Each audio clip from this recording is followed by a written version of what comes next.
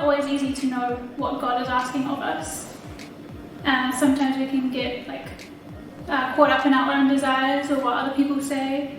So this actually came from someone who's been following along on my journey, and they wanted to know, how do we know if we're avoiding what God wants or if we're doing what God wants? How do you know kind of God's will for you?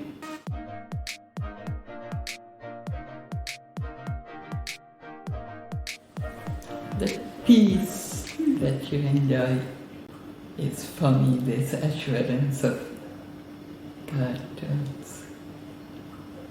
Because there was a time, since my father was against, I used to, I knew I loved him so much and I want to please him. So I knew if I get married, only he will be happy. So there was a time, struggling through, want to please him. As soon as I decided to do that, I was losing my peace. And then when I recommit myself to God's call, I was finding that peace. That's where I was, convinced that really God was calling me. And didn't hesitate a moment even to hurt my family just to possess that peace.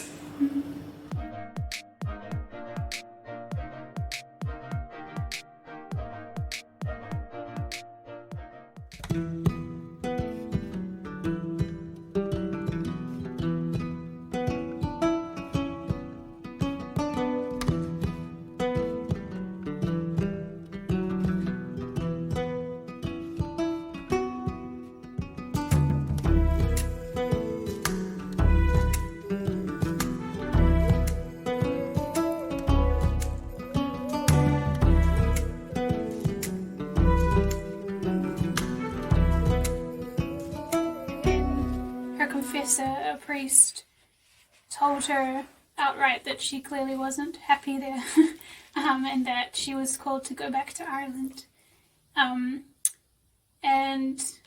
What does that show us about discernment, I guess, for ourselves and discerning what is God's will for us? Because sometimes we might want something and it might not actually be what God is calling us to. Mm-hmm.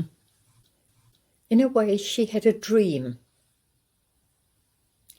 And her dream was a dream of God.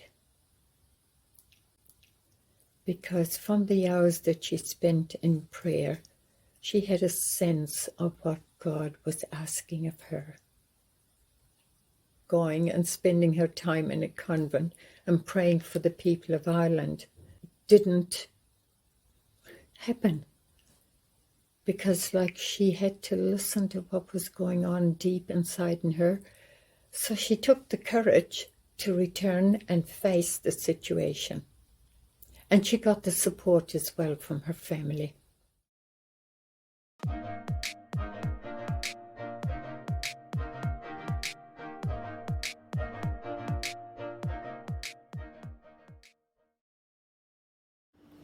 Sister Maria Elisapeta, you might have some advice around that too when you were engaged to somebody. It's true when you are calling to, somewhere, another way of following of the decision or discerning. There are two parts of things that you see, you follow, your heart is with, but it's very true. When I was going through that, I said, really, the time is coming for this, thing to be accomplished. But I am not ready to that side, nothing.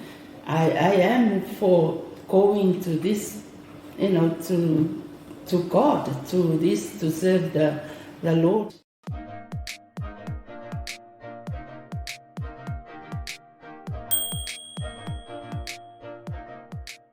I think you mentioned earlier about how God simply wants us to be happy. And in this book I was reading about Nano, her confessor said to her, you're clearly not happy in this congregation, you're called to do something else. Yeah, obviously, I think happiness is a big part of dreaming that dream with God. Certainly happiness, because if I'm not happy in what I'm doing, it's not going to come across to people. You have more energy when you're doing something that you love. And Nano loved the children, and she loved the people that were sick, and she loved anyone that was in trouble.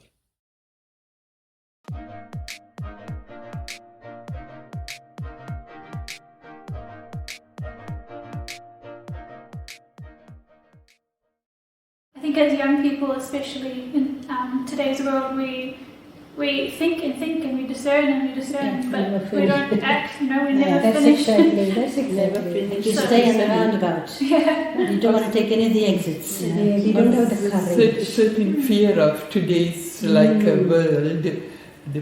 How do you call it? Like making mistakes. Lifelong commitment and fidelity missing.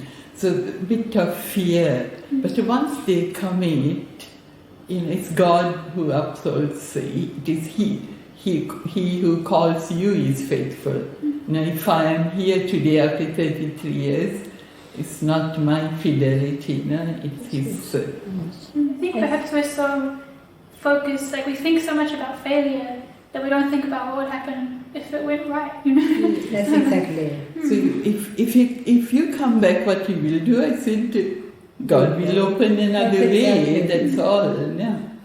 We cannot be sure it's true, but at the same time... If you never try, you will never know.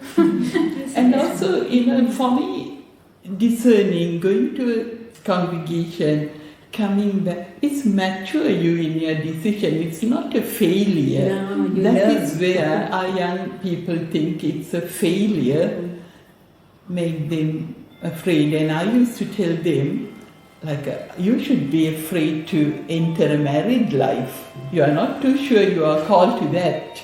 Those days, we never bothered what will happen if I come back. But these people plans everything well. The fear, if I come back, there is no thing I will stay. No, always planning life if I come back.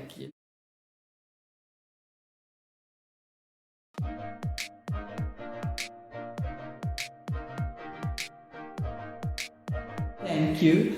Your work will help so many people. That's what your discernment, you have to turn your way in order to do this. And then you see, once you finish this mission, now you know where you are going, which is, it's not by chance. I suppose if you have a desire to join, you can't just sit down and say, oh, hey, let God show me. You have to go forward to see, then only you can, you can feel whether you have the peace, whether that's what you want. Wherever you go, you still learn a lot. You can't, even if you leave, you learn so much.